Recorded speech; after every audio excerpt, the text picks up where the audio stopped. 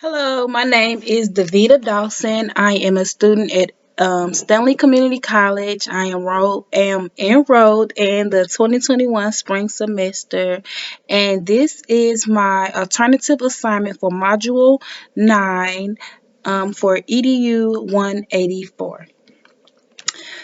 The first video, Breaking Through Understanding Stress and Resilience in Young Children, was extremely hard to watch at the beginning. I didn't identify with all of the adverse childhood experiences, but one of them really hit home. Listening to the stories of adults who had stressful, toxic, and traumatic childhoods made me remorseful, sorrowful, and worried. It made me think of all the children in today's society who are experiencing similar and sometimes even worse situations. That led me to think of how many children I had taken care of that may have been experiencing chronic stress but didn't receive assistance. These type of circumstances and issues bother me and makes me want to help them and their families deal with their issues that they face and provide them with the assistance they need. The children that are exposed to chronic stress and adversity cannot intervene and treat themselves. They need advocates. Adverse childhood experiences are times that children experience neglect, physical, mental, or sexual abuse, are exposed to stress or unhealthy situations, are cared for by a mentally ill parent, parents that use drugs, parents that get divorced, incarcerated parents, or parents that are abusive to each other. Children that are constantly exposed to these environments are exposed to stress, high amounts of stress, and are not able to operate, play, and learn like children who do not experience high levels of chronic stress. The brain doesn't operate the same when these type of situations become normal to the children. The brain begins to stay in fight or flight mode, which makes it hard to concentrate on other things like learning. The best way to intervene and help children who experience trauma and overcome those stressful experiences is through intervention through social, emotional, and cognitive development. Head Start is providing a remarkable system that helps children develop the cognitive ability to overcome such conditions. The ability to overcome these type of situations is referred to as resilience. Resilient children house an interest for learning, a strong emotional, social, and cognitive development. They have supportive adults and peers in their life, and they have the ability to sense danger. The initiative that some Head Start programs are implementing gives me hope for the children that need help overcoming such stressful environments.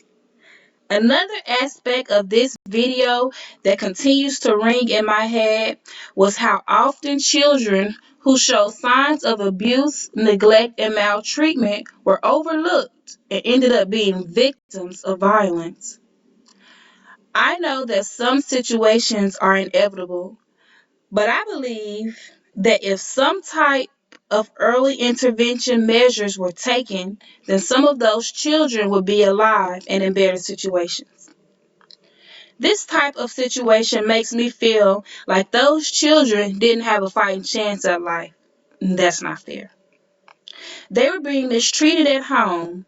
Some kind of way, the school, the teachers, and doctor offices should have helped them, but instead they were failed.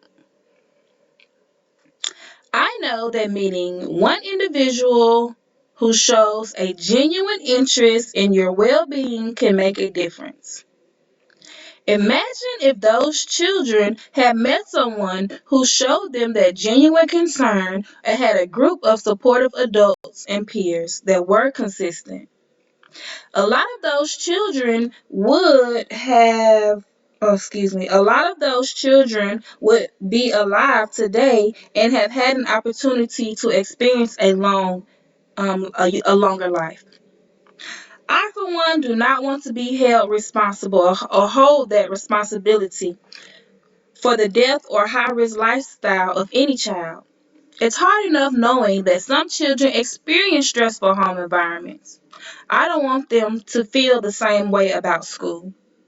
I want them to feel that school is a safe haven that can point their family in the right direction to getting the assistance and treatment they need. I want to help every child that I possibly can, and if that requires extra attention and going the extra mile to help their families, then that's what I'll have to prepare for and do. Today's society is so fast paced. A lot of things are overlooked and pushed aside. We cannot afford to have this type of attitude and custom for our children. Our lives and future environments depend on them. Those children depend on us. There's no better time to begin to pay attention to the details and signs of maltreatment and get the children and their family the assistance they need. Each case is different and should be approached and handled in a personalized manner. We do not teach every child in our care the same way. Some require special attention or assistance. The same precautionary measures should be taken when we see signs of abuse, neglect, maltreatment, or family change. It's our responsibility to ensure that every child in our care has a bright beginning to grade school. A strong and healthy mental and cognitive being is included in that beginning. We all can accomplish this type of stability if we recognize the signs and get the family the necessary resources and assistance for intervention. The TED Talk video with Dr. Nadine Burke Harris was informative and supported the video I just spoke about. She explained how childhood stress is a detrimental issue that causes problems way into the children's adulthood. She went more in depth about the Adverse Childhood Experience Study, ACEs. This study broke down how stressful childhoods led to numerous problems in adulthood. The study calculated the number of adverse childhood experiences for over 17,000 people and compared them with their health. It proved that the more adversity faced in childhood, the more health issues were experienced in adulthood. The study also showed that more than 60% of the individuals had experienced at least one form of adversity as a child. It also showed that 1 out of 8 of the individuals experienced 4 or more ACEs.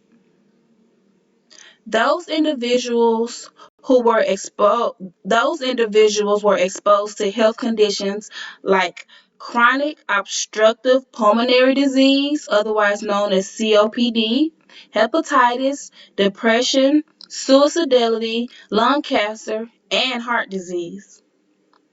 Exposure to those adverse chronic experiences or ACEs negatively affect the child's growth and development. Dr. Nadine explained that these children are more likely to engage in high-risk behaviors. Those high-risk behaviors include smoking and drinking, which is one of the leading causes of the listed health conditions they are more prone to being diagnosed with. She also explained that even if the children who experience adverse childhood experiences don't drink or smoke, they are more prone to getting cancer or heart disease than those who didn't experience adversities as a child. The reason is the overuse of the body's flight or fight response. One of the key components that Dr. Nadine shared was that being exposed to chronic levels of stress as a child affects the structure and function of the brain, but also other systems in the child's body like the immune, hormonal, and even their DNA. She went on to explain that prevention and intervention is the responsibility of us, all early childhood educators, advocates, professionals, and parents. The process of treatment begins with screening, of course. The type of treatment that she recommends reduces the amount of stress and adversity experienced by the children. Those methods include in-home visits, coordinating care, mental health care, nutritional care, lifestyle changes, and medication if need be. She also expressed the importance of educating parents about adverse childhood experiences and how it affects their children. This is a vital form of prevention and intervention. It's also one way that we as early childhood educators can take action. We work closely with the children and their families. Something as simple as a talk or a handout could prevent and intervene for a child experiencing chronic levels of stress. I applaud and commend Dr. Nadine. Her research is revolutionary and will be practiced throughout our nation in the near future. I just hope it is sooner rather than later. I believe in her multidisciplinary methods of screening, intervening, treating, and preventing adverse childhood experiences. Not only is it supported by research, but most of it is already practiced by some early childhood educators. With an extensive team of the right therapists, doctors, and educators, our children with high levels of chronic stress can be treated and live without the health conditions and high risk behaviors that accompanied their childhood traumas. These type of teams and preventative measures should be available to all early childhood facilities and environments. I believe it is possible, but it will take time and the proper training and educational measures. However, we must start somewhere, and I believe that educating the early childhood teachers and professionals is the first step. Once the educators and professionals are educated on how to execute effective and efficient processes of implementation in the classroom and office, then developing the appropriate teams to implement intervention and treatment should be the next step. The day is near, and I'm excited about the advancement of intervention and measures that will be taken to help children overcome chronic childhood stress and adversities. To say I learned a lot from these two videos will be an understatement. I dream of being a part of this movement. I know that it is possible to overcome such stress and trauma because I have. Not only do I want that for my daughter, but I do not want any children to experience high levels of chronic stress as well. In order to do better, I have to know better. My past year and a half at SCC has certainly exposed and taught me how to be an educator and advocate that create environments that support the effective and efficient ways to nurture and teach children of all abilities and backgrounds. I plan to help their families as well. This type of plan and process requires commitment, planning, preparation, and resources. The very first requirement is building a bond with the children and their families. That bond must include trust, respect, and understanding. The bond begins the first day the family and child is introduced. In order to help a family, I must know their needs. The only way to know this type of information is through observing and talking to the families and children. Pride can be an issue at times, but if a family knows you are genuinely concerned, then they are more likely to accept the resources and assistance that's being offered. Before I can offer assistance, I must know what resources are available. I should prepare a list of available services and resources and keep it on file in the classroom. Collecting as much information about the programs and services will be beneficial to the families as well. Therefore, pamphlets, handouts, and websites with the program's information should be available with the other information on file. Most times, these types of services require appointments and referrals. So having the correlating references is an important portion of that file as well. Staying prepared requires planning. Even though we don't know what type of abuse, neglect, maltreatment, or other chronic stress the children are experiencing, we can plan for each type and the appropriate approach to take when warranted. I want to have this type of assistance readily available for the children and their families in my classroom. However, I must create a chronic stress-free environment for the children as well. That means making sure the environment is safe. I can do this by making sure outlets are plugged in. I can make sure that any type of art material like crayons, pencils, and other paints are safe for the children. I can also do this by providing the type of furniture and materials that children of each age group need as well. In order to create a chronic and stress-free environment for all children, I must make sure the environment is safe, developmentally appropriate, and inclusive for all children, no matter their ability, race, religion, background, or anything else.